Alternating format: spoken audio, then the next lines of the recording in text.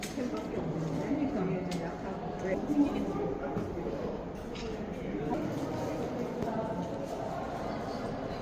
그러니까. 네. 안녕하세요. 네, 안녕하세요. 아침 일찍 오셨죠?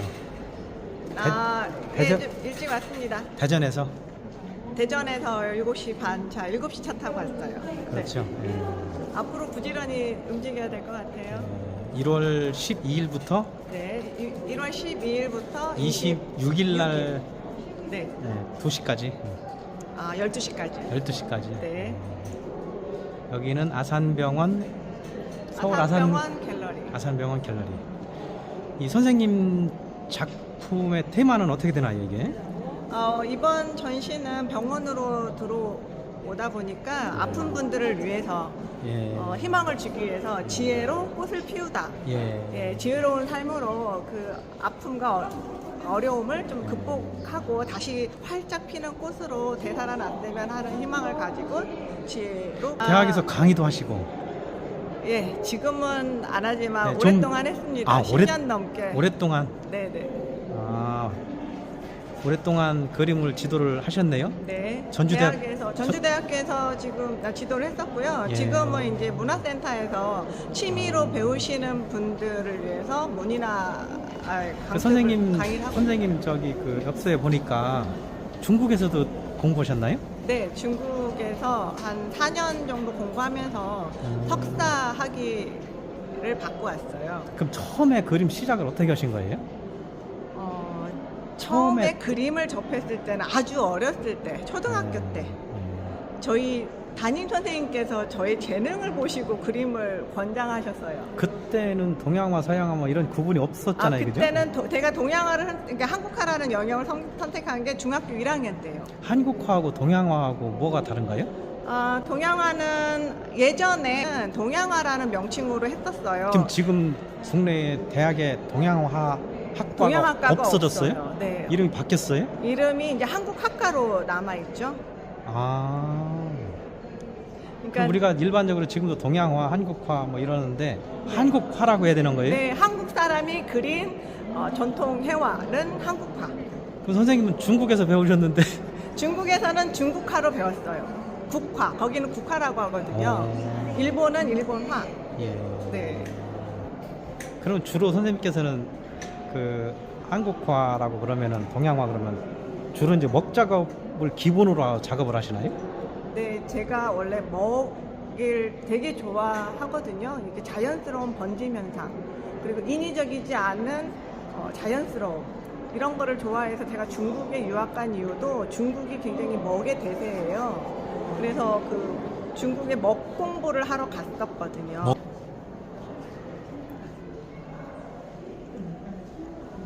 여기도 보면 그렇고 네.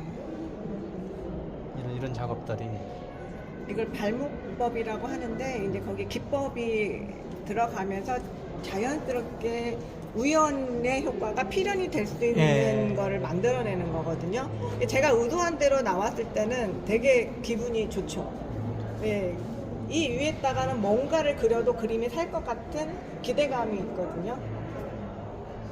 네, 이게 일단 바탕에 이 발목법, 이게 은은한 먹의 느낌을 저는 좀 좋아하는 것 같아요. 여기도 제가 이렇게 쓴 부분이 있어요. 네. 전통의 맥이 있고요. 한지를 제가 좋아하는 이유가 있고, 우연히 필연이 되어가는 23개를 제가 좋아한다라고 이렇게 썼거든요. 제가 의도한 것도 있지만 의도하지 않은 게 가끔 그림으로 나올 때가 있어요. 그런 맛으로 그림을 그리시는 거예요? 그 그림을 살려냈을 때는 굉장히 통쾌하죠. 근데 이제 프로는 완벽한 프로는 의도 혼대로 나오겠구만. 우리가 도자기가 가마 속에 들어가면 네, 이제 불에 맡긴다고 그러잖아요. 너무 안타깝잖아요, 그죠? 맞아요. 저희도 이제 의도한 대로가 나오지 않을 때는 그림이 실망을 하거든요. 그때는 다시 처음부터 시작을 하는 거와 똑같은 그 매력이 있는 것 같아요. 네. 이 한국화 한지 작업이 한지 작업의 원래. 매력이 그저의 이게 매력. 안 된 거에도 이제 일반적으로 이제 우리가 이제 서양화 이렇게 하면은 그림 위에다 다시 그 그림 또 그리고 해도 뭐 작품이 되잖아요, 그죠? 그렇죠. 저희는 덧칠하는 작업을 최소한으로 하는 거죠. 이게 덧칠이 거의 없다라고 보시면 돼요. 부엉이를 다 배치를 해놓고 이걸 완성하기까지 제가 이거는 거의 5달을 쳐다보고 있었던 것 같아요.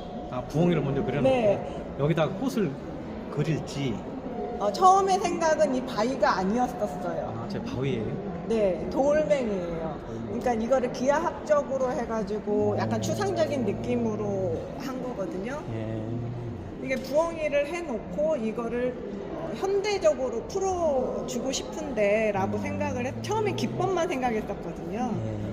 근데 이게 기하학적인 돌이 들어가면서 전묘법도 사용하고 이제 어떻게 하면은 좀 이렇게 또 화려하면서 이 부엉이에 대한 의미를 전달할 수 있을까.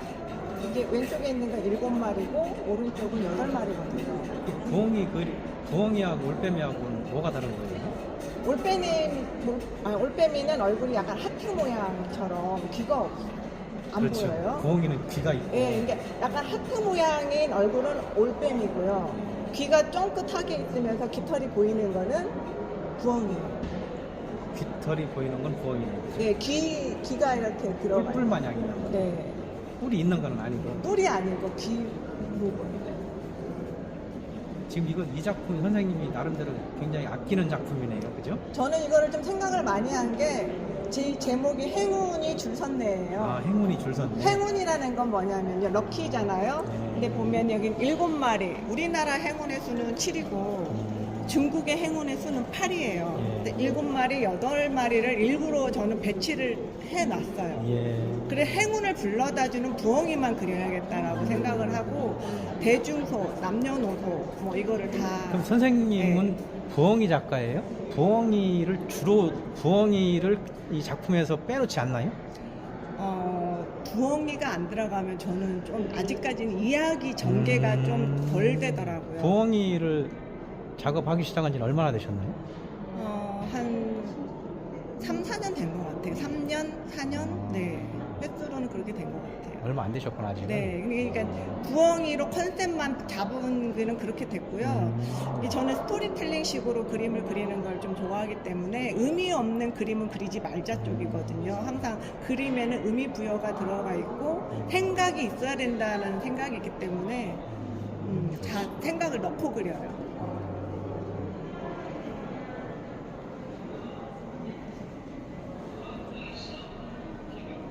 이쪽엔 호랑이도 있는데. 네, 이건 호랑이, 새끼 호랑이 오영재예요. 오영재. 이거 우리나라 그때 동물원에 새끼 날 예, 적에. 있었던 그 호랑이들. 그 호랑이들을 이제 구성을 해가지고 그려면서 위에는 폭죽 터지는 느낌으로 한 거거든요. 태양이 있으면서 화려한 하늘의 모습을 한 건데, 이게 희망이 딱 터요라는 제목이 이제 어린아이들, 이 호랑이도 아이 때는 순진하잖아요. 커가면서 맹수가 되기까지. 네, 희망적인 느낌을 그린 건데, 이제 우리 어린이들을 생각하면서. 선생님은 세필 작업에 아주 능하시네요. 그래도 많이 색필하게 하지는 않았어요. 많이 줄였어요. 그래요? 실력을 다 집어넣은 건 아니에요? 네, 다 몸은 간략하게 했잖아요. 몸까지 세밀하게 했으면 털 하나하나 그릴 수 있는데. 더 잘 그리는데 아직 실력을. 네, 왜냐하면 수묵 담체, 그러니까 약간의 문인적인 느낌으로 하기 위해서 약간 생략한 부분들이 많아요. 제가 농담하고 있는데 더 잘 그릴 수 있는데. 그러면 극치를 한번 보여주시죠. 한번. 아니요, 더 잘 그리려면. 언제 한번 세필의 극치를 한번 보여주시죠. 아니요, 그거는 사진으로 보셔도 될 거라고 생각해요. 이 금붕어 이게 뭐죠 이게? 금붕어예요. 검은색. 이것도 소재로 아주 좋잖아요, 그죠? 네, 이거는 제가 핑크 바다라고 썼잖아요. 사실은 금붕어는 바다에서 살진 않아요. 그리고 핑크색 바다는 없죠. 이건 상상에 있는 바다의 느낌인 건데, 되게 바다는 파란색을 연상을 많이 하잖아요. 근데 저는 핑크색이 오히려 화사함을 주는, 마음을 밝게 해준다라고 생각을 해요. 그리고 어차피 저희는 그림이기 때문에 핑크색의 바다도 있을 수 있지 않겠을까? 그 어항이 아닌 그냥 바닷속에서의 물고기, 금붕어. 제가 갑자기 생각이 안 나는데 이거 뭐죠? 저거요, 구기자. 구기자죠? 네. 선생님 소재 구기자가 많이 들어가 있는 구기자. 네, 구기자를 어느 성당 앞에 우연히 지나가다가 구기자 나무 열매에 물방울이 맺힌 걸 봤어요. 그 겨울에.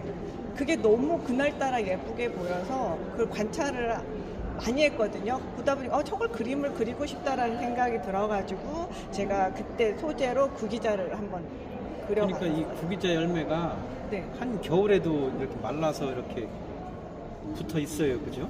말라있지 않더라고요. 그래 대부분 살짝 진짜 싱싱하게 붙어있어요. 한겨울에. 네, 잎은 하나도 없어요.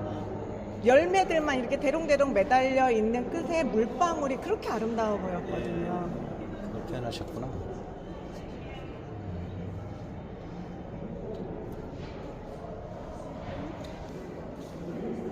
선생님께서 또 하고 싶은 말씀이 문인적인 거? 아, 이제 나무를 그리더라도 나뭇가지를 세밀하게 하는 게 아니라 이게 제가 문인적인 한국화라고 말씀드린 거는 일필휘지 속에 문인화들은 굉장히 관념적인 그림이거든요. 네, 많이 그냥 사실화를 생략하는 거죠. 예. 수목화조화라고도 할 수 있어요. 엄밀히 이렇게 구분해서 보자면. 그렇지만 전체적인 회화로는 한국화로 말씀해 주시면 딱 맞을 것 같아요. 죄송하지만 네. 저기 병아리도 아니고 뭐예요? 아, 이 새들은 메추리예요. 네, 여긴 부엉이고요. 아, 그렇죠. 부엉이 새끼죠? 예, 여기는 부엉이. 예. 예, 새끼 같아. 그래서 너무 궁금해. 네, 남녀. 이 메추리도 한국화에 자주 등장하나요? 네, 가끔 등장해요. 옛날부터. 네네. 옛날 소재, 이렇게 오. 화조 소재에 메추리 많이 그려요. 왜 우리가 들어가죠? 메추리알을 많이 그리잖아요. 네. 그래요? 메추리알을 그리는 게 아니라 먹잖아요. 네. 메추리알도. 근데 메추리가 시골에서 예전에는 많이 키웠었고 많이 볼 수 있었던 새였거든요. 네, 그래서 메추리 소재도 많이 그려. 전통 한국화에도 메추리가 자주 네, 등장한다 있어요. 이거죠. 네. 호랑이 네. 새끼는 어떤 의미예요? 되게 호랑이 그 맹수들의 용기잖아요. 용맹. 용매. 네. 그리고 애군을 막아주는 게 호랑이를 의미하는 게 있거든요. 근데 큰 호랑이가 아니고 네, 저는 새끼 호랑이. 애긴데도 호랑이 자체가 의미하는 게 그거예요. 아. 애군을 막아주는. 그럼 부엉이는 어떤 의미가 있나요? 부엉이는 이쪽에 잠깐만요. 이쪽에 부엉이는 전통적으로 이런 어떤 의미를 갖고 있냐면요. 이 재력, 불의 상징이에요. 그리고 지혜, 아. 그리고 용기.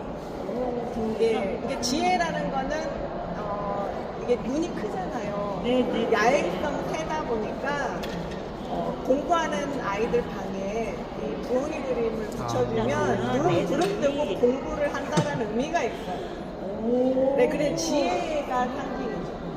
그래서 이번 타이틀도 제가 거의 부엉이가 많기 때문에 그래서 지혜로. 지혜로 꽃을 피우다라고 네, 지금.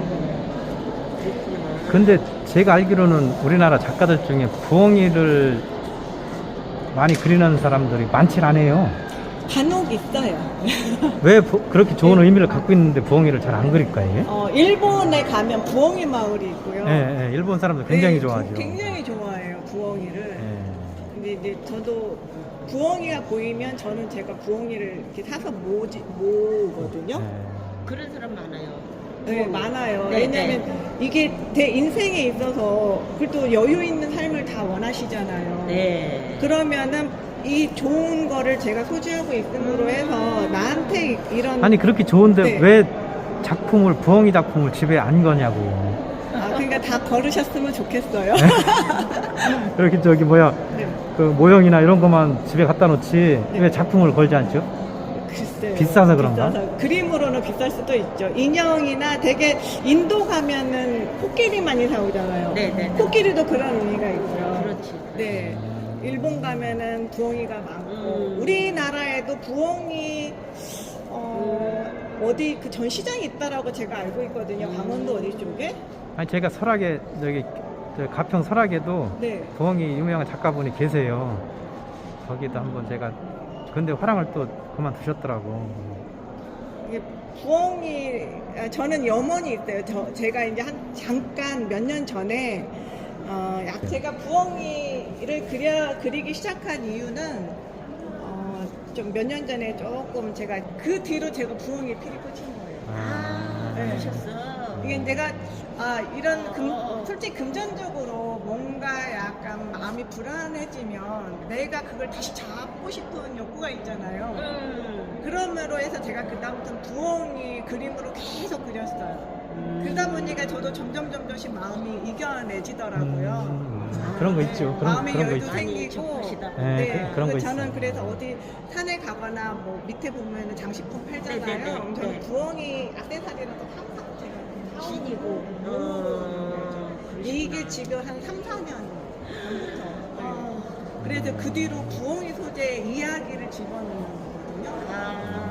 그리고 부엉이가 사람을 대신해서 저를 대신해서 이야기를 전달해 주는 매개체가 되더라고요. 그리고 일단 사람, 가족의 이런 것들을 그리기 시작을 하게 돼요.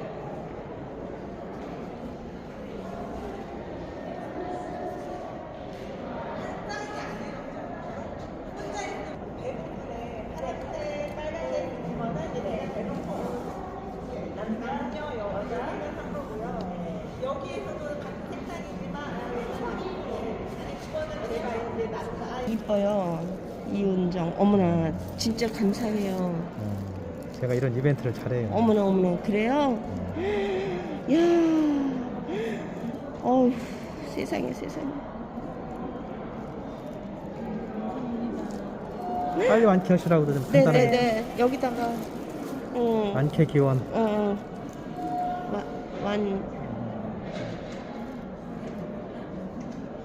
이거는 꼭 소장해야 되겠다. 네네. 공백의 상태에다가 아이들이 정말 생기 많았어요. 작가님한테.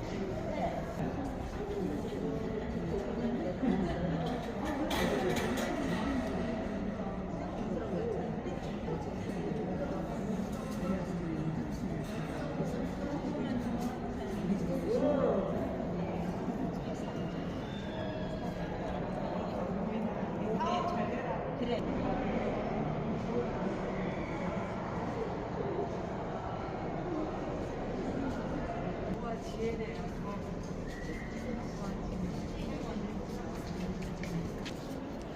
선생님 그 한국화라고 그러면은 네. 우리가 이제 여백을 굉장히 중요시 여기잖아요. 네. 그죠? 네. 그러면 선생님이 생각하시는 여백이라는 것은 어떤 의미인가요?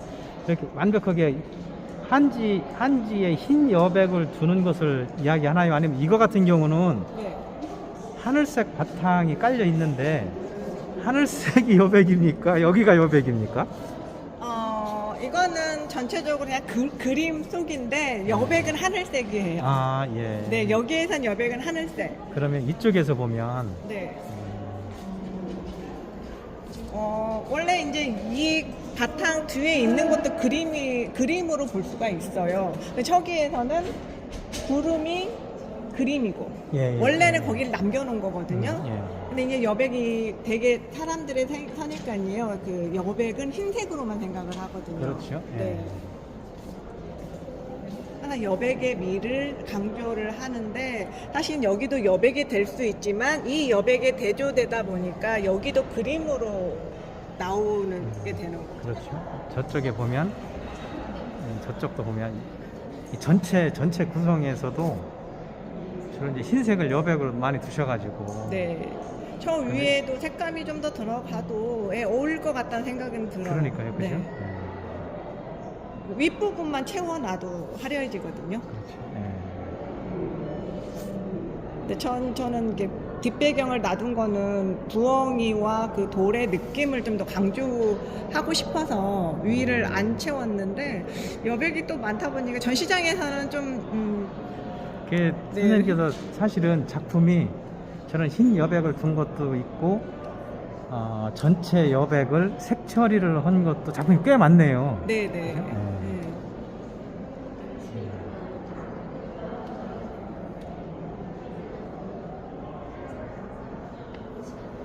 오늘은 여기까지만 하겠습니다.